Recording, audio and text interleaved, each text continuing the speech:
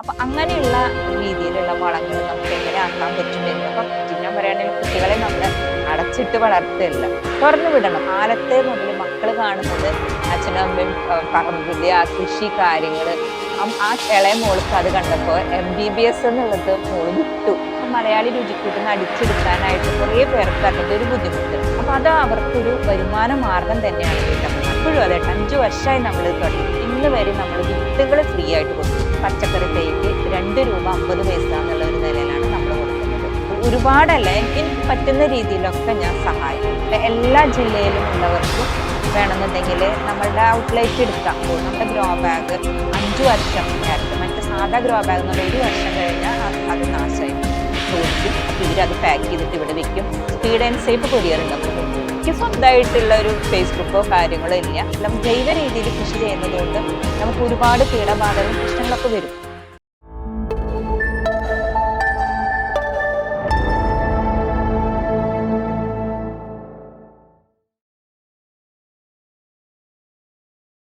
Hello, welcome to stories of fourth world. ഇന്ന് നമുക്ക് stories world special guest ആയിട്ട് എത്തിച്ചേർന്നിട്ടുള്ളത് ഒരു സാധാരണ വീട്ടമ്മയിൽ നിന്ന് അടുക്കളയും പാചകവുമായി തുടങ്ങി ഇന്ന് ഒരു വലിയ കർഷകയായി മുന്നേറിക്കൊണ്ടിരിക്കുന്ന പ്രിയ എന്നറിയപ്പെടുന്ന പ്രിയ മാം. നമസ്കാരം, welcome to the show. PRS kitchen എന്ന യൂട്യൂബ് ചാനലിന്റെ പേരിൽ നിന്ന് നമുക്ക് തുടങ്ങാം. എന്താണ് ചാനലിന് PRS കിച്ചൺ എന്നൊരു പേര് വെക്കാൻ കാരണം? നമ്മള് ആദ്യം അതില് കൃഷിയല്ല ആദ്യം ഉണ്ടായത്, നമ്മൾ പാചകമായിരുന്നു. നമുക്ക് ഒത്തിരി നമ്മൾ യൂസ്ഫുൾ ആയിട്ട്, അതായത് അന്ന് മക്കള് പഠിക്കുന്ന സമയമായിരുന്നു. അപ്പൊ കുട്ടികൾക്ക് നമ്മൾ ഈസി ആയിട്ട് ഉണ്ടാക്കി കൊടുക്കുന്ന പലതും അന്ന് ടീച്ചേഴ്സിന്റെ ഒക്കെ ഗ്രൂപ്പ് കാര്യങ്ങൾ ഉണ്ടായിരുന്നു. അപ്പൊ അതിലോട്ട് നമ്മൾ ഫോർവേഡ് ചെയ്യുന്ന സമയത്ത് ടീച്ചേഴ്സാണ് പറഞ്ഞത്, ഇങ്ങനെ അതൊരു വീഡിയോ ആക്കി ഇട്ട് കഴിഞ്ഞാൽ ആ ചെറിയ ചെറിയ ക്ലിപ്പുകളാവുമ്പോൾ ഞങ്ങൾക്ക് അത് യൂസ്ഫുൾ ആവുന്നു.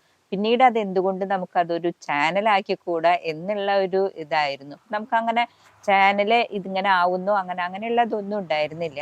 ചെറിയൊരു ഫോൺ, അന്ന് മോട്ടറോളയുടെ ചെറിയൊരു ഫോണ്, അതൊരു കയ്യിലും പിടിച്ച് നമ്മൾ പറ്റുന്ന രീതിയിലാണ് ചെയ്തിരുന്നത്. പക്ഷെ അത് എല്ലാവർക്കും പറ്റുന്ന രീതിയിൽ അത്ര യൂസ്ഫുൾ ആയിരുന്നു ഓരോരോ ടിപ്പുകള്.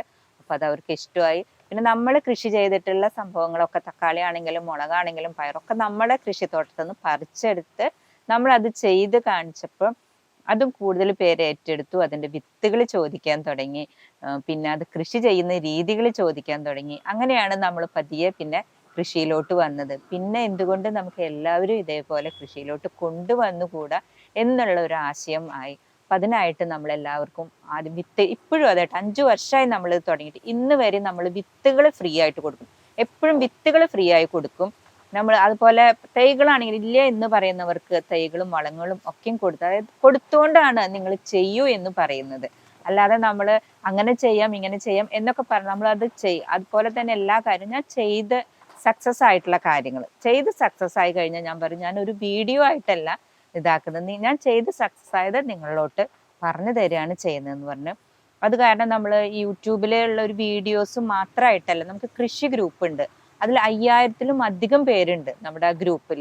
അങ്ങനെ 15 കൃഷി ഗ്രൂപ്പുകളാണ്. അപ്പൊ അതിൽ നമ്മളെ കാലത്ത് തന്നെ അവർക്കുള്ള ഗുഡ് മോർണിംഗ് കഥകള്, പിന്നെ അവർക്കുള്ള സംശയങ്ങള്, അവരുടെ സംശയങ്ങള് പല പല സംശയങ്ങളാണ് പിന്നെ ഓരോ വീഡിയോ ആയിട്ട് നമുക്ക് ഇപ്പൊ ഇടാനായിട്ട് സാധിക്കുന്നത്. അപ്പൊ അങ്ങനെ നമ്മള് അതൊരു എന്താ പറയാ, ഒരു ബിസിനസ് എന്നുള്ളതിലപ്പുറം എല്ലാവരെയും കൃഷിയിലോട്ട് കൊണ്ടുവരിക, അതാണ് നമ്മുടെ ലക്ഷ്യം. അപ്പൊ അത് ഒത്തിരി നമുക്കത് സാധിച്ചു. അതിൽ വലിയൊരു സന്തോഷമുണ്ട്. ശരി, അപ്പൊ ഒരു പാചകത്തിൽ നിന്നുമാണ് ഒരു കൃഷി എന്നുള്ള കൺസെപ്റ്റിലേക്ക് എത്തിയെന്ന് പറഞ്ഞല്ലോ. അപ്പൊ ഇപ്പൊ കൃഷിയിലാണ് കൂടുതലും കോൺസെൻട്രേറ്റ് ചെയ്യുന്നത്. അപ്പൊ എന്താണ് വളർന്നു വരുന്ന സംരംഭകർക്ക് ടീച്ചർ ചെയ്തു കൊടുക്കുന്നത്? കുട്ടി കർഷകരും ഒരുപാട് സ്കൂൾ വിദ്യാർത്ഥികളും ഇവിടെ വരുന്നതായി നമുക്കറിയാം. അപ്പൊ എന്താണ് ടീച്ചർ ആ കുട്ടികൾക്ക് വേണ്ടി ഇവിടെ? കുട്ടികളെ നമ്മൾ തിരഞ്ഞെടുക്കാനുള്ള കാര്യം എന്താ വെച്ചാല്, മുതിർന്നവര് കുറച്ച് ചെയ്ത് കഴിഞ്ഞാൽ അവരവിടെ നിർത്തിപ്പോവും. അവർക്ക് അത് പറ്റില്ല, അല്ലെങ്കിൽ അവർ വേറെ എന്തെങ്കിലും കാണുമ്പോൾ അതിലോട്ട് പോകും. കുട്ടികൾ അങ്ങനെയല്ല. കുട്ടികൾ ഒരു കാര്യം തുടങ്ങിയാൽ അത് അവർ അവസാനിപ്പിക്കുക. അത് കുട്ടികളുടെ ഒരു പ്രത്യേകതയാണ്. പ്രത്യേകിച്ച് കുട്ടികൾക്ക് ഈ കൃഷിയോട് ഒത്തിരി താല്പര്യം, കൃഷി മൃഗങ്ങൾ അങ്ങനെയൊക്കെ വരുന്ന സമയത്ത് അവരത് കണ്ടിന്യൂ ചെയ്തു പോകും. മക്കൾ ഇതിലേക്ക് വരുമ്പോൾ അമ്മമാര് തീർച്ചയായിട്ടും വരും. അതൊരു വലിയ, പിന്നെ ഇപ്പൊ സ്കൂളുകളും കൃഷിനെ ധാരാളമായിട്ട് പ്രോത്സാഹിപ്പിക്കുന്നുണ്ട്. അപ്പൊ ഓരോ സമയത്തും നല്ല കൃഷി ചെയ്യുന്ന കുട്ടികൾക്ക് സ്കൂളിൽ നിന്നുള്ള ആ സമ്മാനവും കാര്യങ്ങളും അതെല്ലാ കുട്ടികൾക്കും കൃഷി ചെയ്യാനുള്ള ഒരു ഇതിലേക്ക് മാറി. പിന്നെ ഇപ്പൊ കുട്ടികളാണെന്നുണ്ടെങ്കിൽ ഈ ഫോണിൽ നിന്നുള്ള ആ ഒരു ഇത് മാറി കൃഷിയിലോട്ട് വരുമ്പോൾ കുറേ പേരൻസ് അത് പറയുന്നുണ്ട്. അല്ലെങ്കിൽ വന്നു കഴിഞ്ഞാൽ നേരല്ലേ ഫോണും നോക്കിയിരിക്കുകയാണ്. ഇപ്പൊ അതല്ല, വന്നു കഴിഞ്ഞാൽ വേഗം കൃഷിത്തോട്ടത്തിൽ ചെന്ന് അവര് ചെയ്ത അയ്യോ പൂത്ത് കഴിഞ്ഞാൽ കായ് ഉണ്ടായി കഴിഞ്ഞാൽ അവർക്ക് ഭയങ്കര സന്തോഷം. അത് ഫോട്ടോ എടുത്തിട്ട് മറ്റുള്ളവരെ കാണിക്കുക, അതാണ് അവർക്ക്. അതുപോലെ ഇപ്പൊ മിക്ക സ്കൂളുകളിലും ഉച്ചഭക്ഷണം ഉണ്ട്. അപ്പൊ നമ്മുടെ വീട്ടിലുണ്ടായത് ഇപ്പൊ മത്തങ്ങ ആയിക്കോട്ടെ, വെള്ളരിക്ക, അതും കൊണ്ട് ഉച്ചഭക്ഷണത്തിനായിട്ട് സ്കൂളിൽ കൊണ്ടു കൊടുക്കുമ്പോൾ അവിടെ എല്ലാവരും കൂടെ അഭിനന്ദിക്കുക, അതൊക്കെ കുട്ടികൾക്ക് വലിയൊരു കാര്യം. അത് ആ കുട്ടികൾ അതോടുകൂടി കുട്ടികൾ ഇപ്പം കൃഷിയിലോട്ട് ധാരാളമായിട്ട് വരുന്നുണ്ട്. ഇപ്പൊ കുട്ടികൾ വരുന്നത് മൂലം നമുക്ക് ഒരുപാട് കുട്ടികൾക്ക്, അതായത് കൃഷിയെ സ്നേഹിക്കുന്ന കുട്ടികൾക്ക് എല്ലാവരെയും സ്നേഹിക്കാൻ പറ്റും. അത് തീർച്ചയുള്ള കാര്യമാണ്. അപ്പൊ നമുക്ക് ഇന്നത്തെ തലമുറയിൽ ഇല്ലാണ്ട് പോകുന്നത് പരസ്പര സ്നേഹം.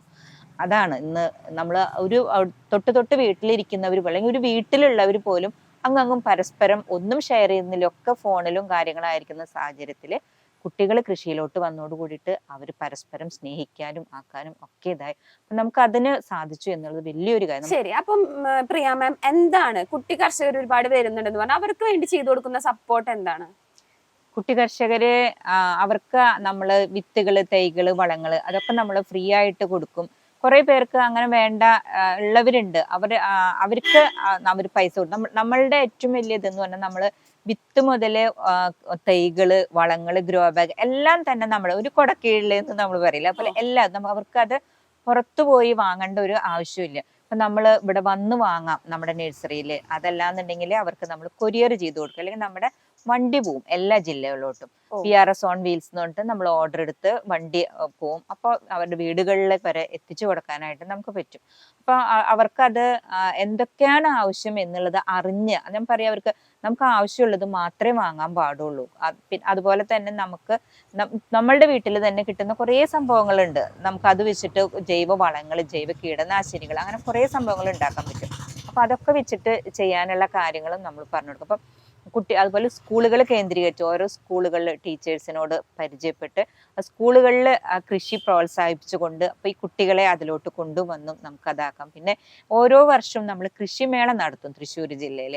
അപ്പോൾ നമ്മുടെ കുട്ടി കർഷകരെ പ്രത്യേകം നമ്മൾ അനുമോദിക്കും. അവർക്ക് പൊന്നാടണിഞ്ഞും ക്യാഷ് അവാർഡ് കൊടുത്തും ഒക്കെ ട്രോഫിയൊക്കെ കൊടുക്കുമ്പോൾ അവർക്ക് അതിൽ വലിയൊരു പ്രചോദനമാണ്. അത് ഈ PRS കമ്മ്യൂണിറ്റിയുടെ അണ്ടറിൽ ചെയ്യണതാണോ, അതോ മാം മാത്രം, പ്രിയ മാം മാത്രമായിട്ട് അവാർഡ് കൊടുക്കും അല്ലെങ്കിൽ അനുമോദിക്കും എന്നൊക്കെ പറഞ്ഞല്ലോ, അത് പ്രിയ മാമിന്റെ മാത്രം ഒരു കൺസെപ്റ്റ് ആയിരുന്നോ അതോ? അതെ, നമ്മൾ മാത്രമായിട്ടാണ് അത് ചെയ്യുന്നത്. തൃശ്ശൂർ ടൗൺ ഹാളിലാണ് 2 വർഷമായിട്ട് ചെയ്തിരുന്നത്. ഇപ്പൊ പിന്നെ കൊറോണയായിട്ട് പിന്നെ ഒരു പ്രാവശ്യം പറ്റിയില്ല. പിന്നെ ഇപ്രാവശ്യം നഴ്സറി ഉദ്ഘാടനവും അതുപോലെ കുട്ടി കർഷകരെ അഭിനന്ദിക്കലും അങ്ങനെയൊക്കെ ആയിരുന്നു. അപ്പൊ നമ്മൾ അങ്ങനെ ചെയ്യണ സമയത്ത് ആ കുട്ടികൾക്ക് അത് വലിയൊരു സന്തോഷമാണ്. കാരണം ചിങ്ങം 1 കർഷക ദിനമായിട്ട് ആചരിക്കണ സമയത്ത് എല്ലാ കുട്ടികൾക്കും കിട്ടില്ല, കുറച്ച് കുട്ടികൾ. അപ്പൊ അവർക്ക് ഭയങ്കര സങ്കടം, പ്രിയാമേ ഞാൻ നന്നായിട്ട് കൃഷി ചെയ്യുന്നത് എനിക്ക് കിട്ടിയില്ല എന്ന് പറയും. അപ്പൊ ഞാൻ പറയാം, എന്റെ മക്കൾക്ക് പ്രിയാമ്മയുടെ സമ്മാനം ഉണ്ട് കേട്ടോ. അപ്പൊ അവര് പറയും, ഞങ്ങൾക്ക് അത് മതി, ഞങ്ങളുടെ പ്രിയാമ്മ. അപ്പൊ തന്നെ ഞാൻ എന്തെങ്കിലും ഗിഫ്റ്റ് അവർക്ക് അയച്ചു കൊടുക്കും.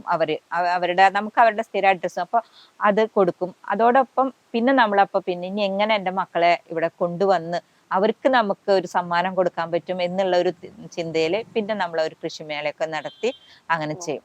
പിന്നെ അതുപോലെ തന്നെ അവർ നല്ല മക്കളാ. പരിസ്ഥിതി ദിനത്തിൽ വൃക്ഷത്തൈകളൊക്കെ നട്ട് അവർ മാതൃകയാവും. അവര് അതെ തൈകളൊക്കെ നട്ട് അവര് ഫോട്ടോ ഒക്കെ എടുത്ത് ഭയങ്കര ഇതാണ്. അവര് എല്ലാ രീതിക്കും നല്ല ഫുൾ സപ്പോർട്ടാണ്. എല്ലാവരോടും നല്ല സ്നേഹമായിട്ട് കഴിയുന്നതാണ് എൻ്റെ മക്കൾ. അതാണ് കൃഷിയെ സ്നേഹിക്കുന്നവർക്ക് എല്ലാവരും സ്നേഹിക്കാൻ പറ്റും. അതെ, തീർച്ചയായും. അങ്ങനെ എന്റെ മനസ്സിൽ ഉരുത്തിരിഞ്ഞു വന്ന മറ്റൊരു ചോദ്യമായിരുന്നു PRS കിച്ചൺ എന്ന ഒരു നെയിം. എന്താണ് ഈ PRS? അതെ, ആക്ച്വലി എന്താന്ന് വെച്ചാല് നമ്മൾ ചാനൽ തുടങ്ങിയ സമയത്ത് മലയാളി രുചിക്കൂട്ട് എന്നായിരുന്നു. അതായത് നമ്മൾ പറഞ്ഞല്ലോ ഫുഡ് ഐറ്റംസ് ആയിരുന്നു. അപ്പം അത് നമ്മള് മലയാളികൾക്ക് വേണ്ടിയിട്ടുള്ള ഒരു ഇത് എന്നുള്ള രീതിയിൽ മലയാളി രുചിക്കൂട്ട് എന്നുള്ളൊരു പേര്. പക്ഷെ നമുക്കത് ടൈപ്പ് ചെയ്ത് കറക്റ്റ് ആയിട്ട് വേണമല്ലോ ആക്കാൻ വേണ്ടിട്ട്. ഫസ്റ്റ് ഒന്ന് നമുക്ക് PRS PR എന്ന് വരുമ്പോഴേക്കും നമ്മളുടെ അത് വരും. പക്ഷെ അന്നൊന്നും അങ്ങനെയല്ലല്ലോ ആയിരുന്നേ. അപ്പൊ മലയാളി രുചിക്കൂട്ടെന്ന് അടിച്ചെടുക്കാനായിട്ട് കുറെ പേർക്ക് അതിന്റെ ഒരു ബുദ്ധിമുട്ട്, അത് ശരിക്ക് വരുന്നില്ല, വേറെ എന്തൊക്കെയൊക്കെയോ വരുന്നു, അപ്പൊ കിട്ടുന്നില്ല എന്നുള്ളതൊക്കെ പറഞ്ഞപ്പോ എളുപ്പത്തില് ഈസി വേ ആണല്ലോ എല്ലാവരും നോക്കുക. അപ്പൊ എന്താണ് എന്നുള്ളത്, അപ്പൊ പ്രിയാസ് എന്നുള്ളത് ചെയ്യാന്ന് വെച്ചു. പക്ഷെ പ്രിയാസ് എന്ന് പറഞ്ഞിട്ട് വേറെയും പല ഇതുണ്ട്. അപ്പൊ എന്തോ പേരിൽ അങ്ങനെ പാടില്ല, എന്തൊക്കെയോ പ്രശ്നങ്ങളുണ്ട് എന്നൊക്കെ പറഞ്ഞപ്പോ അങ്ങനെ PR, പിന്നെ S എന്ന് പറഞ്ഞ സുരേഷ് എന്റെ ഹസ്ബൻഡ്, സ്നേഹ മൂത്ത മോള്, ശ്രേയ രണ്ടാമത്തെ മോള്. അങ്ങനെ PRS എന്നുള്ളത് അങ്ങനെ ഒരു ഇതാക്കി. ആറിന് പ്രത്യേകിച്ച് അങ്ങനെ പ്രത്യേകിച്ച് ഒന്നുമില്ല. പ്രിയാസ് എന്നുള്ള ഒരു ഇത് മാത്രമേ ഉള്ളൂ കേട്ടോ. നന്നായിരിക്കുന്നു. പ്രിയ മാം പറഞ്ഞപ്പോ PRS വീൽസിന്റെ സൗകര്യം എല്ലാ ജില്ലകളിലേക്കും അവൈലബിൾ ആണെന്ന് പറഞ്ഞു. അപ്പൊ PRS നഴ്സറി എന്നൊരു കൺസെപ്റ്റ് അല്ലെങ്കിൽ PRS നഴ്സറി എല്ലാ ജില്ലകളിലും ഉണ്ടോ, അതോ നമ്മൾ തൃശ്ശൂരിൽ നിന്ന് മാത്രമായിട്ടാണോ PRS നഴ്സറി PRS വീൽസിന്റെ സൗകര്യം ലഭ്യമാക്കുന്നത്? അല്ല, നമ്മളിത് 2 വർഷമായിട്ട് വീട്ടിൽ ചെയ്തുകൊണ്ടിരുന്നതാണ്. നമ്മുടെ നഴ്സറി വീട്ടിലായിരുന്നു. വീടെന്ന് പറഞ്ഞാൽ നമ്മുടെ തൃശ്ശൂരും മുളന്താവ് മെഡിക്കൽ കോളേജ് ഉണ്ടല്ലോ, അതിന്റെ ബാക്ക് വശം തങ്ങാലൂർ എന്ന് പറയും, അവണൂർ പഞ്ചായത്ത്. ഞങ്ങൾക്ക് മെഡിക്കൽ കോളേജിന്റെ അവിടെ നിന്ന് വരാനാണ് എളുപ്പം. അപ്പൊ അവിടെയായിരുന്നു നമ്മുടെ നഴ്സറി. അപ്പൊ അവിടേക്കാണെങ്കിലും ആൾക്കാർക്ക് വരാനുള്ള ഒരു സൗകര്യക്കുറവ്, ആൾക്കാർക്ക് പിന്നെ വരും, പക്ഷെ വണ്ടി പാർക്ക് ചെയ്യാനോ അല്ലെങ്കിൽ അത്ര സൗകര്യമുള്ള റോഡോ ഒന്നുമല്ല. അപ്പൊ പിന്നെ ഇത്രയും കൂടെ ഇങ്ങോട്ടായി കഴിഞ്ഞാൽ പിന്നെ എല്ലാവരും പറയുന്നുണ്ട്, എല്ലാവർക്കും ചെറുതായിട്ട് നമ്മള് കൃഷി ചെയ്യണതിൻ്റെ ഒപ്പം സ്വന്തമായിട്ടൊരു വരുമാന മാർഗം എല്ലാ വീട്ടമ്മമാർക്കും. അപ്പൊ അതിന് വേണ്ടിയിട്ട് ഇപ്പൊ നമുക്ക് PRSന്റെ ഒരു ഔട്ട്ലെറ്റ് അവർക്ക് ചെയ്യാൻ പറ്റും. ഇപ്പൊ വീടിനോട് ചേർന്നിട്ട് ചെറുതായിട്ട് ഒരു ഷെഡ് അടിച്ചു കഴിഞ്ഞാൽ അവർക്ക് നമുക്ക് തൈകളോ വളങ്ങളോ എന്താണെന്ന് വെച്ചാൽ എത്തിച്ചു കൊടുക്കാൻ പറ്റും. അപ്പൊ അത് അവർക്കൊരു വരുമാന മാർഗം തന്നെയാണ് വീട്ടമ്മമാർക്ക്. അവർക്ക് കൃഷി ചെയ്യാം, അതോടൊപ്പം തന്നെ അവർക്ക് തൈകൾ. ഇപ്പൊ നമ്മൾ കൊടുക്കുന്നത് ഒരു പച്ചക്കറി തൈക്ക് 2 രൂപ 50 പൈസ എന്നുള്ള ഒരു നിലയിലാണ് നമ്മൾ കൊടുക്കുന്നത്. പൊതുവെ എല്ലാവിടെയും 5 രൂപ 10 രൂപ ഉള്ളിടത്ത് 2 രൂപ 50 പൈസയാണ്. ഈ റേറ്റിന് തന്നെ നമുക്ക് അവർക്കും കൊടുക്കാനായിട്ട് പറ്റും. അപ്പൊ അവർക്കാണെന്നുണ്ടെങ്കിൽ അങ്ങനെ അപ്പൊ കുറെ പേര് അങ്ങനെ പറഞ്ഞത് PRSന്റെ ഒരു ഔട്ട്ലെറ്റ് എടുക്കണം ഞങ്ങൾക്ക്, അതിനുള്ള സൗകര്യം. അപ്പൊ അതിനൊക്കെയുള്ള സൗകര്യം എന്ന് പറയുന്നത് ഇവിടെ നമുക്ക് വണ്ടി വരാനും പോവാനും ഒക്കെയും പറ്റും. അപ്പൊ അത് നമ്മൾ ശ്രമിക്കുന്നുണ്ട്. ഇപ്പൊ എല്ലാ ജില്ലയിലും ഉള്ളവർക്കും വേണമെന്നുണ്ടെങ്കിൽ നമ്മളുടെ ഔട്ട്ലെറ്റ് എടുക്കാം. അതില് പിന്നെ നമ്മൾ പറയുന്നത് വെച്ചാല് അത് അവർക്കത് കറക്റ്റ്, പച്ചക്കറി തൈകള് അത് കറക്റ്റായിട്ട് സെയിൽ. ഇതുവരെയും പറഞ്ഞെങ്കിലും നമ്മളത് ചെയ്യാത്തത് കുറച്ചും കൂടെ കഴിഞ്ഞു. അത് അവരെ പറഞ്ഞ് മനസ്സിലായി. നമുക്കിതൊരു ബിസിനസ് അല്ല, അവരുടെ ഒരു വളർച്ചയാണ് നമ്മൾ ഇത് നോക്കുന്നത്. കാരണം അവരിത് ചെയ്തിട്ട് അവർക്ക് കറക്റ്റ് ആവണം, ഇട്ട് പോവരുത് ഒരിക്കലും. അപ്പൊ അതിന് അവർക്ക് കുറച്ച് സമയം കൊടുത്ത് അതിൻ്റെതായ കുറെ ബുദ്ധിമുട്ടും, കാരണം തൈകളെ ഇറക്കി കഴിഞ്ഞാൽ മാക്സിമം ഒരാഴ്ച വരെ ഇരിക്കുകയുള്ളൂ, അതിനുള്ളിൽ സെയിൽ ആവണം. അപ്പോൾ ഇനിയിപ്പോ വേനൽക്കാലം ഇതൊക്കെ വരാൻ പോണം. അപ്പൊ കുറച്ച് സെയിൽ കുറവ് വരും, ആൾക്കാർക്ക് വെള്ളത്തിന്റെ ബുദ്ധിമുട്ട്. അപ്പൊ അത് കഴിഞ്ഞിട്ട് എല്ലാ ജില്ലയിലും താല്പര്യമുള്ളവർക്ക് PRSന്റെ ഒരു ഔട്ട്ലെറ്റ് കൊടുക്കണം. ഈ വണ്ടി എത്തണേന്റെ പോലെ തന്നെ ഇവർക്ക് എല്ലാവരുടെ വീട്ടിലും ഒരു ചെറിയ കൊച്ചു നഴ്സറി, അത് അവർക്ക് ഒരു വരുമാന മാർഗം. അങ്ങനെ അതുപോലെ നമ്മളിപ്പോ വേറെ ചെയ്യേണ്ടത് നാട്ടുചന്ത നമ്മുടെ ഇവിടെ ഉണ്ട്. ബുധനാഴ്ചയും ശനിയാഴ്ചയാണ് നമ്മളിവിടെ നാട്ടുചന്തയ്ക്ക് സൗകര്യം കൊടുത്തിട്ടുണ്ട്. അപ്പൊ തൃശ്ശൂർ ജില്ലയിലുള്ള കർഷകർ, അതായത് അവരുടെ ഉൽപ്പന്നങ്ങൾ എല്ലാ സാധനങ്ങളും പച്ചക്കറികളാണെങ്കിലും ഇപ്പൊ മുളക്, മല്ലി, അങ്ങനെ എല്ലാ സാധനങ്ങളും ഇവിടെ കൊണ്ടുവന്ന് അവർ വിൽക്കും. അപ്പോൾ അത് ആൾക്കാർ ബുധനാഴ്ചയും ശനിയാഴ്ചയും അത് അറിഞ്ഞുകൊണ്ട് ഇവിടെ വന്ന് വാങ്ങുന്നവരുണ്ട്. അപ്പൊ നമ്മള് അങ്ങനെയും നാട്ടുചന്ത എന്നുള്ള ഒരു രീതിയിൽ ആൾക്കാരെ, അതായത് കൃഷി മാത്രമല്ല സ്വന്തം വരുമാന മാർഗം, സ്വന്തം കാലിൽ 10 രൂപയെങ്കിലും നമ്മൾ സ്വന്തമായിട്ട് ഉണ്ടാക്കുക, അങ്ങനെയുള്ള ഒരു കാര്യമുണ്ട്. അപ്പൊ ഈ മറ്റുള്ള ജില്ലക്കാർക്ക് വേണ്ടിയിട്ട് നമ്മളൊരു ഗ്രൂപ്പ് ഉണ്ടാക്കിയിട്ടുണ്ട്, PRS നാട്ടുചന്ത എന്നുള്ള ഗ്രൂപ്പ്. അപ്പൊ ഇവരുടെ ഓരോ ദിവസത്തെ പ്രൊഡക്റ്റ് അതിലിടും. അപ്പൊ ആൾക്കാർ അത് ചോദിക്കും. അപ്പൊ ഇവരത് പാക്ക് ചെയ്തിട്ട് ഇവിടെ വെക്കും. സ്പീഡ് ആൻഡ് സേഫ് കൊറിയർ ഉണ്ട് നമുക്ക് മുണ്ടൂര്, അവർ ഇവിടുന്ന് കൊണ്ടുപോയി ഓരോരുത്തർക്കും അത് എത്തിച്ചു കൊടുക്കും. അങ്ങനെ ചെയ്യുന്നുണ്ട്. അപ്പൊ നമ്മൾ ഇതിനും പുറമെ ഇനി ഇതിപ്പോ ഇവിടെ തൃശ്ശൂർ ജില്ലക്കാരെ നമുക്ക് സഹായിക്കാനാണ് ഇത് പറ്റുക.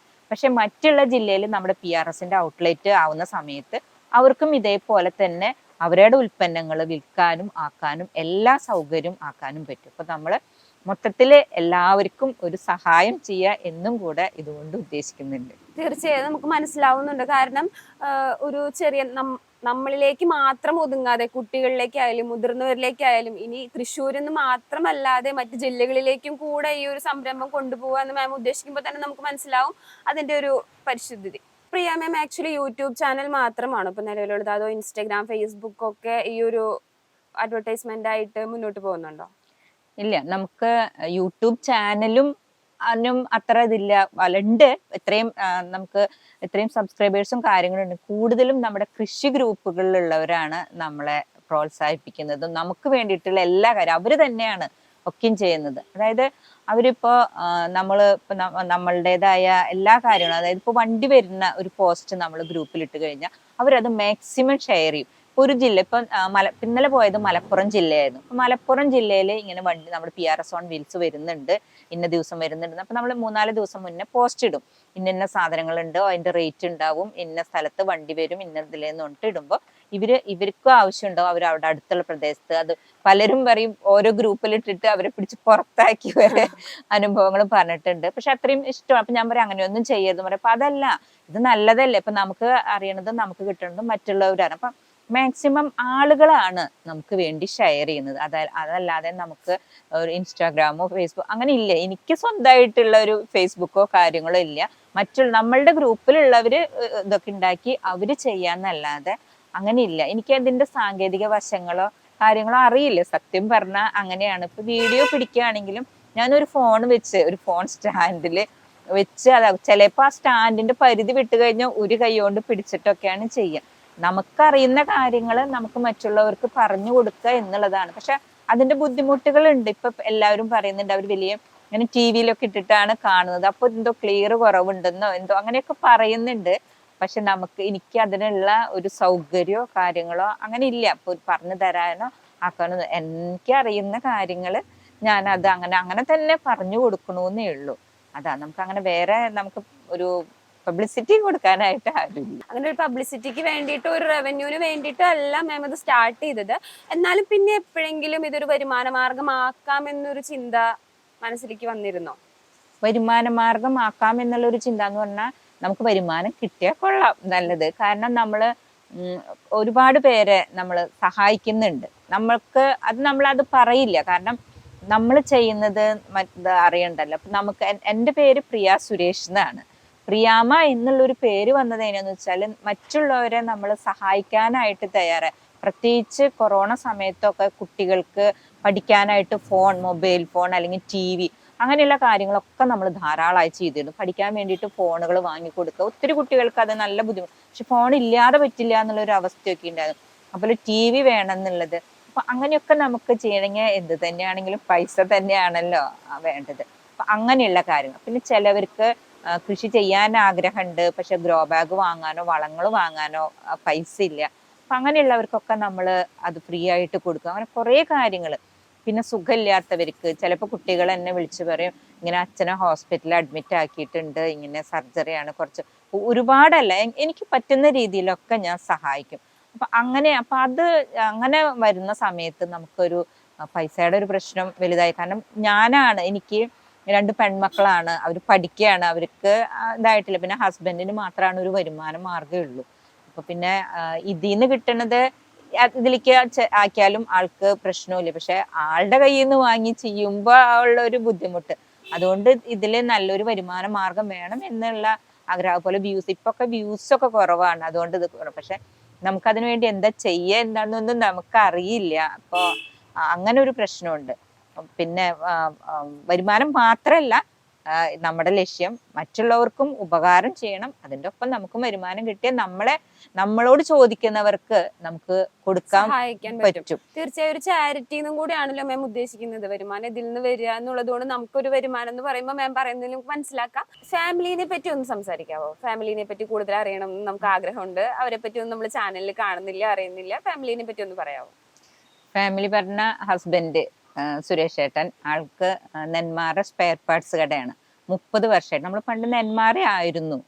പിന്നെ ഇപ്പൊ ഇവിടെ തൃശ്ശൂർ ജില്ലയിൽ വന്നിട്ട് ഇപ്പൊ 3 വർഷമായിട്ടേ ഉള്ളൂ. തൃശ്ശൂർ ജില്ലയാണ് ഞങ്ങൾ രണ്ടാളും. സുരേഷ് ഏട്ടൻ്റെ വീട് ഉല്ലൂരാണ്, എൻ്റെ വീടാണ് തെങ്ങാലൂർ മെഡിക്കൽ കോളേജിന്റെ അവിടെ. പിന്നെ 2 പെൺമക്കളാണ്. മൂത്ത മോള് സ്നേഹ, ഡോക്ടറാണ്, ഹോമിയോ ഡോക്ടർ. ഇപ്പൊ PG ചെയ്യുന്നു മംഗലാപുരത്ത് ഹോസ്പിറ്റൽ അഡ്മിനിസ്ട്രേഷൻ കോഴ്സ്. ഇത് ലാസ്റ്റ് ഇയർ. മോളുടെ മാരേജ് ഉറപ്പിച്ചു, കൊച്ചിക്കാണ് കൊടുക്കുന്നത്. മോന് ഹോസ്പിറ്റൽ അബുദാബിയിലാണ്, ഹോസ്പിറ്റൽ HR ആണ്. അവര് അച്ഛനും അമ്മയും ഒരു മോളുണ്ട്, ശ്രീമോള്. അവര് 2 മക്കള് അങ്ങനെ അവര്. പിന്നെ ഇളയ മോള് ശ്രേയ, തിരുവനന്തപുരം വെള്ളായണി കാർഷിക സർവകലാശാലയിൽ പഠിക്കുന്നു. ഇത് ലാസ്റ്റ് ഇയർ ആണ്. ശരി, സന്തോഷം. രണ്ടാമത്തെ മോള് കാർഷിക സർവകലാശാലയിലാണ് പഠിക്കുന്നത്. അത് അമ്മയുടെ ഒരു സപ്പോർട്ട് കൊണ്ട് അല്ലെങ്കിൽ അമ്മയ്ക്കുള്ള ഒരു ആഗ്രഹം കൊണ്ട് മോൾ അങ്ങനെ ഒരു ഫീൽഡ് തിരഞ്ഞെടുത്തതാണോ, അതോ മോള് ചെറുപ്പം തൊട്ട് അങ്ങനെ ഒരു കാർഷികം ആ ഒരു ഫീൽഡുമായി ബന്ധപ്പെട്ട് പഠിക്കണമെന്ന് ആഗ്രഹിച്ച് ചേർന്ന ഒരു മേഖലയാണോ? അല്ല, അവർക്ക് അങ്ങനെ കൃഷിയായിട്ട് അത്ര അടുപ്പോ കാര്യങ്ങളോ ഉണ്ടായിരുന്നില്ല. പക്ഷെ മോള് എൻട്രൻസിന് പഠിക്കുന്ന സമയത്താണ് കൊറോണ വന്നത്. അപ്പം ആകാശിലായിരുന്നു. അപ്പം മോൾക്ക് MBBS തന്നെ വേണം എന്നുള്ളൊരു വാശിയായിരുന്നു. അപ്പോൾ പാലയിലായിരുന്നു ഫസ്റ്റ് പോയത്. അപ്പോൾ അതില് കിട്ടിയില്ല. എന്തായാലും പ്രൈവറ്റ് ആയിട്ട് തന്നെ പഠിക്കാൻ പറ്റില്ല, അല്ലെങ്കിൽ വേറെ ഹോമിയോ ആയുർവേദമൊക്കെ കിട്ടും, MBBS കിട്ടുമായിരുന്നില്ല. അപ്പൊ മോൾ എന്നെ പറഞ്ഞു എനിക്ക് ഒരു പ്രാവശ്യം കൂടെ റിപ്പീറ്റ് ചെയ്യണം, പൈസ ചെലവില്ലാണ്ട് എനിക്ക് MBBS തന്നെ വാങ്ങണം എന്ന് പറഞ്ഞിട്ട് പിന്നെ ആകാശിലെ പോയത്, എറണാകുളം ആകാശില് പഠിക്കുന്ന സമയം. അപ്പൊ കുഴപ്പമൊന്നുമില്ല, എല്ലാത്തിലും നല്ല പിന്നെ രണ്ടാമത്തെ പ്രാവശ്യം റിപ്പീറ്റ് ചെയ്യണല്ലോ, നല്ല റാങ്കും കാര്യങ്ങളൊക്കെ നമുക്ക് ഒരു പ്രതീക്ഷയായിരുന്നു ഒരു MBBS എന്നുള്ളത്. പക്ഷെ ആ സമയത്തായിരുന്നു കൊറോണ വന്നിട്ട് വീട്ടിലായിരുന്നു. അപ്പൊ ഷോപ്പും ഉണ്ടായിരുന്നില്ല, സുരേഷേട്ടന് കട ഇതൊക്കെ ആയിരുന്നു. പക്ഷെ ആ സമയത്ത് ഞങ്ങൾ കൃഷി ധാരാളമായിട്ട് എല്ലാവരും കൃഷിയിലോട്ട് കൊണ്ടുവരാനുള്ള നല്ല കഠിന പ്രയത്നം. അപ്പൊ നെന്മാറ നമുക്ക് ഒരു 3 ഏക്കർ സ്ഥലം ഉണ്ടായിരുന്നു. അതില് നല്ല രീതിക്ക് കൃഷി ചെയ്യുമ്പോൾ കാലത്തെ മുതൽ മക്കള് കാണുന്നത് അച്ഛനും അമ്മയും പറമ്പില് ആ കൃഷി കാര്യങ്ങള്. ആ ഇളയ മോൾക്ക് അത് കണ്ടപ്പോ MBBS എന്നുള്ളത് മോള് വിട്ടു. ആ കൃഷി നമ്മുടെ ഒപ്പം വന്ന ഓരോ കാര്യങ്ങളും കാണും ചെയ്യും. അപ്പൊ അത്രമാത്രം വിളവെടുപ്പും കാര്യങ്ങളൊക്കെ ആയിരുന്നു. അപ്പൊ അവിടെ തന്നെ നമ്മൾ ഇതേപോലെ അന്ന് ഒരുപാട് പേർക്ക് അന്നായിരുന്നു കേട്ടോ കുറേ പേരെ നമുക്ക് കൃഷിയിലോട്ട് കൊണ്ടുവരും. അപ്പൊ ആൾക്കാരുടെ ഫോണും കാര്യങ്ങളും അവർക്കുള്ള ആ കൃഷിയോടുള്ള താല്പര്യം ഓരോ, അപ്പൊ മക്കളുടെ മുന്നിൽ തന്നെയാണ് ഇതൊക്കെ കാണുന്നതും അറിയുന്നതൊക്കെ. അപ്പൊ മോള് തീരുമാനിച്ചു ഞാൻ MBBS വിട്ടു, എനിക്ക് ഇത് മതി എന്നുള്ള. നല്ല റാങ്ക് ഉണ്ടായിരുന്നു, കിട്ടുമായിരുന്നു മോൾക്ക്. പക്ഷെ എന്നാലും മോളപ്പോ തൃശ്ശൂരും എവിടെയാണെങ്കിലും കിട്ടുമായിരുന്നു. പക്ഷെ മൂത്ത മോള പറഞ്ഞത് തിരുവനന്തപുരം വിട്ടാൽ മതി, കാരണം അടുത്ത തൃശ്ശൂര് തന്നെ ആവുമ്പോ അമ്മ ഇങ്ങനെ ഇവിടുന്ന് കാറിൽ കൊണ്ടുവരാനും പോവാനും, ദൂരെ വിട്ട് പഠിക്കുന്ന സമയത്ത് ട്രെയിനിൽ പോവാനും വരാനും അവർക്ക് സ്വയം പര്യാപ്തമാവാനുള്ള ഒരു ഇതും കൂടി. ഇപ്പൊ എനിക്കെന്ന് പറഞ്ഞാൽ എനിക്കറിയില്ല, എനിക്കൊരു വണ്ടി ഓടിക്കാൻ അറിയില്ല, ഒറ്റയ്ക്ക് എവിടെയെങ്കിലും പോവാൻ. ഇപ്പൊ ഇതിങ്ങനെ ഇതാക്കുന്നുണ്ട്, എനിക്ക് ഭയങ്കര പേടിയും ഇതും കൂടുതലാണ്. അപ്പൊ പറയാം അമ്മയെ പോലെ ഇതാവരുത്, അത് തന്നെ അതിന്റെ ബുദ്ധിമുട്ട് എനിക്ക് മനസ്സിലാവുന്നുണ്ട്. അപ്പൊ എനിക്കും അത് ആഗ്രഹമുണ്ട്, ട്രെയിനിൽ എല്ലാത്തിനും എനിക്ക് പേടിയും ഇതാ. അപ്പൊ മക്കളെ അങ്ങനെ വെച്ചാൽ അവർക്ക് ഒരു സപ്പോർട്ടായിട്ട് ഒരു ചേട്ടന്മാരോ ഒരു ആൺകുട്ടികളോ ഇല്ല. അപ്പൊ അവര് തനിയെ അവരിതാവണം. അപ്പം മംഗലാപുരത്ത് പഠിച്ച കാരണം അവർക്ക് എല്ലാ കാര്യങ്ങളും മൂത്ത മോൾക്കാരും അങ്ങനെ തിരുവനന്തപുരത്ത് വിട്ടു. ഇപ്പൊ ഒറ്റയ്ക്ക് വരാനും ആക്കാനും ഒക്കെ പറ്റി. ഞാൻ പറയുകയാണെങ്കിൽ കുട്ടികളെ നമ്മള് അടച്ചിട്ട് വളർത്തുകയല്ല, തുറന്നു വിടണം. അവര് ശരിക്കും അവര് പെൺകുട്ടികളെ ആൺകുട്ടികളെ എന്ന് ഈ ഇതിലില്ല. എനിക്ക് വിശ്വാസം, നമുക്ക് നമ്മുടെ മക്കളിൽ ഒരു വിശ്വാസം ഉണ്ടായാൽ മതി. അവർക്ക് നമ്മൾ സ്നേഹമാണ് ഒരു മക്കളെ വഴി തെറ്റിക്കാതാക്കുന്നത്. അവർക്ക് നമ്മളുണ്ട്, അവരുടെ അച്ഛനമ്മമാര് കൂടെ ഉണ്ട് എന്നുള്ള ഒരു വിശ്വാസം ഉണ്ടെന്നുണ്ടെങ്കിൽ ഒരിക്കലും അവര് വേറൊരു സ്നേഹം കാണുമ്പോഴോ അല്ലെങ്കിൽ വേറെ എന്താകുമ്പോഴോ പോവില്ല, ഉറപ്പുള്ള കാര്യമാണ്. നമുക്ക് തീർച്ചയായിട്ടും മക്കളെ പല അമ്മമാർക്കും അച്ഛന്മാർക്കും ഉള്ളതാണ് ദൂരെ വിട്ട് പഠിപ്പിച്ചാൽ ഇങ്ങനെയാണ്, ഒരിക്കലും ഇല്ല. നമുക്ക് നമ്മുടെ മക്കളുള്ള വിശ്വാസം തിരിച്ചവർക്ക് ഉണ്ടെങ്കിൽ തീർച്ചയായിട്ടും ഇതാണ്. തീർച്ചയായും മാമിനെ പോലെ ചിന്തിക്കുന്ന ഒരുപാട് പേരൻസ് ഇനിയും വരേണ്ടിയിരിക്കുന്നു എന്ന് വേണം ആലോചിക്കാൻ. കാരണം ഇൻഡിപെൻഡന്റ് ആയിട്ട് മക്കളെ വളർത്തണമെന്നും മക്കളുടെ ഇഷ്ടത്തിന് മക്കൾക്ക് ആഗ്രഹമുള്ളത് പഠിപ്പിക്കണമെന്നും ആഗ്രഹിക്കുന്ന ഒരു കൺസെപ്റ്റ് തന്നെയാണ് അത്. PRS നഴ്സറിയിൽ കൂടുതലും നമ്മൾ ചെടികൾ കൊടുക്കുക എന്നുള്ള ഒരു കൺസെപ്റ്റ് മാത്രമല്ല ഇവിടെ ഉള്ളത്. കൂടുതൽ ക്ലാസ്സുകളും കുട്ടി കർഷകർക്ക് വേണ്ടിയിട്ടായാലും മുതിർന്നവർക്ക് വേണ്ടിയിട്ടുള്ള ക്ലാസ്സുകളായാലും ചെടികളായാലും അതുപോലെ തന്നെ മറ്റ് വളങ്ങളെ കുറിച്ചിട്ടുള്ള ക്ലാസ്സുകളായാലും അങ്ങനെ ഒരുപാട് കാര്യങ്ങൾ ചെയ്യുന്നുണ്ടല്ലോ. അപ്പൊ മാം ഇതിനുള്ളിൽ ചെയ്യുന്ന വളങ്ങളെ കുറിച്ചിട്ടുള്ള ക്ലാസ്സുകളായാലും മറ്റു കാര്യങ്ങളെ കുറിച്ചൊന്ന് പറയാമോ?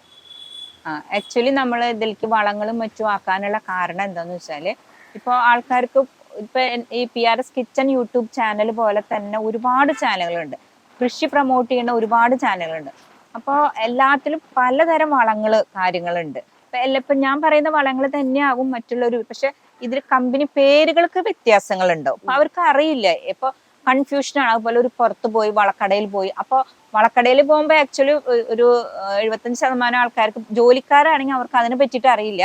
അപ്പൊ ഇവരുടെ കയ്യിലുള്ള വളങ്ങൾ തന്നെയാവും അവിടെ ഉണ്ടാവും. ചിലപ്പോ ആ ഒരു പാക്കിങ്ങിലോ മറ്റു വ്യത്യാസം ഉണ്ടാവും, പക്ഷെ അവര് പറയും ഇത് ഇന്നതിനാണ്, ചിലപ്പോൾ അതിനേക്കാളും വ്യത്യാസമുള്ളതാവും. പലപ്പോഴും വാങ്ങിക്കൊണ്ടുവന്നിട്ട് നമ്മുടെ അടുത്ത് പ്രിയാമ്മ ഇങ്ങനെ ഒരു വളം ഞാൻ പോയപ്പോ വാങ്ങി ഇന്നതിനാന്ന് പറഞ്ഞു, നമ്മൾ നോക്കുമ്പോ ആ ഒരു സംഭവത്തിനെ അല്ല. അതുപോലെ എക്സ്പയറി ഡേറ്റ് ഉണ്ട്, അതൊന്നും നോക്കാതെ ഇവർ വാങ്ങിക്കൊണ്ടുവരും.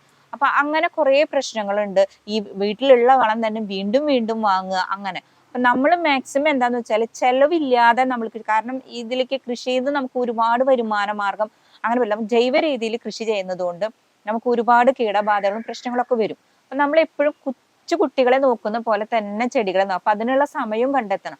അപ്പൊ അതൊന്നും ഒരുപാടൊന്നും അവർക്ക് കിട്ടില്ല. പക്ഷെ അവരുടെ സന്തോഷം എന്താണെന്ന് വെച്ചാൽ കൃഷി ചെയ്യുമ്പോഴുള്ള സന്തോഷം, വിഷമില്ലാത്തൊരു പച്ചക്കറി അത് അവർക്ക് ഉണ്ട്. അപ്പൊ അത് വലിയൊരു സന്തോഷമാണ്. അവർ പറയും ഞങ്ങൾക്ക് അങ്ങനെ പറ്റും, ഞങ്ങളുടെ മക്കൾക്കെങ്കിലും വിഷമില്ലാത്ത പച്ചക്കറികൾ കൊടുക്കണം, അവർ ഫ്രൂട്ട് പ്ലാന്റ്സ് കൊടുക്കണം. അങ്ങനെയാണ് അവർ അതിലേക്ക് കഷ്ടപ്പെടാനുള്ളത്. പക്ഷെ എന്നിട്ടും അവരുടെ പൈസ ഒരുപാട് പോവാൻ പാടില്ല. അപ്പൊ അതുകൊണ്ടാണ് നമ്മൾ തന്നെ നമ്മളുടേതായ രീതി, അതായത് ഞാൻ ഓരോ രീതിക്കും നമുക്ക് ചെടികൾക്ക് ഒരു വളർച്ച ഒരു ഘട്ടമുണ്ട്, അത് കഴിഞ്ഞ് ഒരു പൂക്കുന്ന ഒരു ഘട്ടമുണ്ട്, പൂത്ത് കഴിഞ്ഞ കായ പിടിക്കുന്നതുണ്ട്, അതുപോലെ കായകൾ വലുതാവാൻ, പിന്നെ വീണ്ടും അത് കഴിഞ്ഞ വീണ്ടും ഉണ്ടാവാൻ വേണ്ടിയിട്ടുള്ള അങ്ങനെ. അപ്പൊ അങ്ങനെയുള്ള രീതിയിലുള്ള വളങ്ങൾ നമുക്ക് എങ്ങനെ ആക്കാൻ പറ്റും എന്നത്. അപ്പം മോളുടെ സഹായം എനിക്ക് ആവശ്യമാണ്. മോള് പഠിക്കണ കാരണം അപ്പൊ അവിടെ നിന്ന് ടീച്ചേഴ്സിനോടൊക്കെ ചോദിച്ചു. പിന്നെ അതല്ലാതെ തന്നെ കൃഷി ഓഫീസേഴ്സും മറ്റുമായിട്ട് നമുക്ക് ഒരുപാട് പരിചയമുണ്ട്. അപ്പൊ അവരൊക്കെ ആയി ചോദിച്ചും അറിഞ്ഞും നമ്മൾ മനസ്സിലാക്കി നമ്മൾ അത് ചെയ്തു. നമ്മൾ അത് ചെടികൾക്ക് കൊടുത്ത്, നമ്മൾ അങ്ങനെയാണ് നമ്മൾ കൊടുത്ത് അതിന്റെ വളർച്ച കാണിച്ചുകൊണ്ട്, അല്ലെങ്കിൽ അതിൽ പൂത്ത് കഴിഞ്ഞാല് അപ്പൊ അത് കാണുമ്പം എല്ലാവരും പറയുന്നത് ഇങ്ങനെ ഉണ്ട്, നിങ്ങൾക്ക് വാങ്ങാം, ഇത്രേ വരുന്നുള്ളൂ അതിന്റെ വിലയും കാര്യങ്ങൾ എന്ന് പറയുമ്പോഴാണ് ആൾക്കാർ വാങ്ങുന്നതും ആക്കുന്നതും. അങ്ങനെ നമ്മളിത് ഉദ്ദേശിക്കുന്നത് എന്താ വെച്ചാല് മറ്റുള്ളവർ കബളിപ്പിക്കപ്പെടരുത്, അതാണ്. അതായത് വാങ്ങിയത് വീണ്ടും വീണ്ടും വാങ്ങരുത്, എക്സ്പയറി ഡേറ്റ് ഉള്ളത് വാങ്ങരുത്, അതുപോലെ തന്നെ ആവശ്യമുള്ളത് മാത്രം വാങ്ങുക. അങ്ങനെ ഉള്ള ഒരു രീതിയാണ് നമ്മളിപ്പോ തൈകളും വിത്തുകളും മാത്രമല്ല വളങ്ങളും കൊടുക്കുന്നത്. അതുപോലെ ഗ്രോ ബാഗും നമ്മുടെ ഗ്രോ ബാഗ് 5 വർഷം ഗ്യാരണ്ടി. മറ്റേ സാധാ ഗ്രോ ബാഗ് എന്ന് പറഞ്ഞാൽ 1 വർഷം കഴിഞ്ഞാൽ അത് നാശമായി പോകും. അപ്പൊ ഇതാവുമ്പോ 5 വർഷത്തോളം നിൽക്കും. ഇനിയിപ്പോ ഗ്രോ ബാഗ് വാങ്ങാൻ പൈസ ഇല്ലാത്തവർ വേണ്ട, ഓക്കെ, നിങ്ങൾക്ക് ചാക്ക് എടുത്തിട്ട് അതാക്കാം, അല്ലെങ്കിൽ പഴയ ഓട് വെച്ച്, അല്ലെങ്കിൽ എന്തൊക്കെയാണ് നമുക്ക് അതും നമ്മൾ പറഞ്ഞു കൊടുക്കുന്നുണ്ട്, അങ്ങനെ ചെയ്യാം. അതല്ലാത്തവർക്ക് ഇങ്ങനെ ചെയ്യാം. ഇനിയിപ്പൊ അതെല്ലാം നേരല്ല, ഒന്നുമില്ല, വളങ്ങളും മണ്ണ് മിക്സ് ചെയ്യാം, വളവും മണ്ണും മിക്സ് ചെയ്തിട്ട് നമ്മൾ അവർക്ക് എത്തിച്ചു കൊടുക്കും, എന്നാലെങ്കിലും ചെയ്യൂ. എന്നിട്ടും പറ്റില്ലെങ്കിൽ ഞാൻ തന്നെ നേരിട്ട് പോയിട്ട് സെറ്റ് ചെയ്ത് കൊടുക്കുന്നുണ്ട് പല സ്ഥലത്തും. അവിടെ പോയി അവർക്ക് എല്ലാ കാര്യങ്ങളും ചെയ്ത് സെറ്റ് ചെയ്ത് കറക്റ്റ് ആക്കി കൊടുക്കും. അത് ഒരു പച്ചക്കറി തോട്ടമാണെങ്കിലും പൂച്ചെടികളില്ല കേട്ടോ, എനിക്ക് അങ്ങനെ പൂക്കൾ ഇഷ്ടമാണ്, പക്ഷെ അത് ഞാൻ അത്ര അധികം പ്രോത്സാഹിപ്പിക്കുക അല്ല. കാരണം നമുക്ക് അത്യാവശ്യം കുറച്ച് കാണാം. അത് കൂടാതെ നമ്മൾ ഫ്രൂട്ട് പ്ലാന്റ്സും പച്ചക്കറി തൈകളാണ് കൂടുതൽ. അപ്പൊ പച്ചക്കറി തോട്ടം നമ്മൾ സെറ്റ് ചെയ്ത് കൊടുക്കും. അതുപോലെ ഫ്രൂട്ട് പ്ലാന്റ്സിന്റെ നമ്മൾ നേരിട്ട് പോയിട്ട് നമ്മളെല്ലാം ചെയ്ത് കൊടുക്കും. നേരെ ഇല്ല അല്ലെങ്കിൽ എനിക്ക് പറ്റില്ല എന്ന് പറഞ്ഞിട്ട് അതിൽ നിന്ന് ഒഴിയാൻ പാടില്ല. എല്ലാവരും കൃഷിയിലോട്ട് വരണം. വിഷമില്ലാത്ത ഒരു പച്ചക്കറി തോട്ടം, അതാണ് നമ്മുടെ ഏറ്റവും വലിയൊരു ലക്ഷ്യം. അപ്പൊ ഇതിനായി വീട്ടമ്മമാർക്ക് ആഴ്ചകളിലോ മാസങ്ങളിലോ അങ്ങനെ എന്തെങ്കിലും ക്ലാസ് എടുത്തു കൊടുക്കുകയോ, അങ്ങനെ ക്ലാസ്സിനായിട്ട് ആരെങ്കിലും വിളിക്കുകയോ, അങ്ങനെ എന്തെങ്കിലും ചെയ്യാറുണ്ടോ? അത് ഇവർക്ക് ആക്ച്വലി വീഡിയോ കണ്ടു കഴിഞ്ഞാൽ ക്ലാസ്സിന്റെ ആവശ്യമില്ല. പക്ഷെ ഈ ഗ്രൂപ്പുകളിലേക്ക് ഇവർക്ക് പലരും പറയും വീഡിയോ കണ്ടില്ല, സമയമില്ല, അതാണ് മെയിൻ പ്രശ്നം. പിന്നെ അവരെയും പറയാൻ പറ്റില്ല, കാരണം അവർക്കും കാലത്ത് ജോലിക്ക് പോയി വന്ന് പിന്നെ വീഡിയോ കാണാനും മാക്സിമം നമ്മൾ അതുകൊണ്ട് ഒരു 5 മിനിറ്റിന്റെ അല്ലെങ്കിൽ ഒരു 6-10 മിനിറ്റിന്റെ താഴെയുള്ള വീഡിയോസാണ് എപ്പോഴും ഇടുക. അപ്പൊ അവർക്ക് പെട്ടെന്ന് തന്നെ കാണാനും ഇതാക്കാനും. എന്നിട്ടും പലർക്കും അത് നേരില്ല, അല്ലെങ്കിൽ നോട്ടിഫിക്കേഷൻ വരുന്നില്ല, കണ്ടില്ല എന്ന് പറയുമ്പോൾ അവർ ചോദിക്കും നമ്മുടെ അടുത്ത്. നമ്മൾ അതിനെ പറ്റിയിട്ട് വിശദമായിട്ട് പറഞ്ഞു കൊടുക്കുക. അപ്പൊ ഒരാൾക്ക് വരുന്ന ഡൗട്ട് എല്ലാ ഗ്രൂപ്പുകൾക്കും നമുക്കിടും. അപ്പൊ അത് അവർക്ക് ഉപകാരമാണ്. അപ്പൊ അവരോട് പറഞ്ഞ് പിൻ ചെയ്ത് വെക്കൂന്ന്, അല്ലെങ്കിൽ സ്റ്റാർ ചെയ്ത് വെക്കാൻ പറയും. അപ്പൊ അവർക്ക് എപ്പോഴും അത് കിട്ടാൻ. പിന്നെ പല ഗ്രൂപ്പുകളും ഓപ്പൺ ഗ്രൂപ്പാണ്. അപ്പൊ മുന്നേ കൃഷി ചെയ്ത് നല്ല അറിവുള്ള കുറേ പേരുണ്ട്. അപ്പൊ അവരത് എനിക്കും ചിലപ്പോൾ എല്ലാവരുടെയും ചോദ്യത്തിന് മറുപടി കൊടുക്കാൻ പറ്റിയെന്ന് വരില്ല. അപ്പൊ അതിലുള്ളവർ തന്നെ തമ്മിൽ പറഞ്ഞു കൊടുക്കും. എന്നിട്ട് അവർക്ക് വരുന്ന ഡൗട്ട്, പിന്നെയും അവർക്ക് ഡൗട്ട് വരുന്നുണ്ടെങ്കിൽ എൻ്റെ അടുത്ത് ചോദിക്കും. അപ്പൊ ഞാൻ പറഞ്ഞു, കാരണം ഇതിലങ്ങനെ ഒരു ക്ലാസ് എടുത്തു കൊടുക്കേണ്ട ഒരു കാര്യം വരുന്നില്ല. അതല്ലാന്നുണ്ടെങ്കിൽ അവർക്ക് അതില്ല, മൊത്തത്തിൽ വരുന്ന സംശയങ്ങൾക്കുള്ള മറുപടി വരുന്ന സമയത്ത് അത് എല്ലാവർക്കുള്ള ഒരു മറുപടി ആയിട്ട് വരും. പിന്നെ ഇവർക്ക് വരുന്ന സംശയങ്ങളാണ് പലതും നമ്മൾ വീഡിയോസ് ആയിട്ട് ഇടുന്നത്. അപ്പൊ അത് എല്ലാവർക്കുള്ള ഒരു ഉപകാരമാണ്. ശരി, താങ്ക് യു. നമ്മൾ ഇൻട്രോയിൽ പറഞ്ഞതുപോലെ തന്നെ ഒരു സാധാരണ വീട്ടമ്മയിൽ നിന്ന് തുടങ്ങി ഇന്ന് 5 വർഷങ്ങൾക്ക് ഇപ്പുറം ഒരു 1 മില്യൺ എബോ യൂട്യൂബ് സബ്സ്ക്രൈബേഴ്സ് ആയി നിൽക്കുന്ന പ്രിയാമ്മ നമുക്ക് ഒരുപാട് നല്ല കാര്യങ്ങൾ പറഞ്ഞു തന്നു. നമുക്ക് ഒരുപാട് കൃഷിയെ പറ്റി കൂടുതൽ കാര്യങ്ങൾ ജനങ്ങളിലേക്ക് എത്തിച്ചു, പ്രേക്ഷകരിലേക്ക് എത്തിച്ചു. നന്ദി. മറ്റൊരു പുതിയ എപ്പിസോഡുമായി വീണ്ടും കാണുന്നവരെ signing off KP. I am Priyama. This is my choice.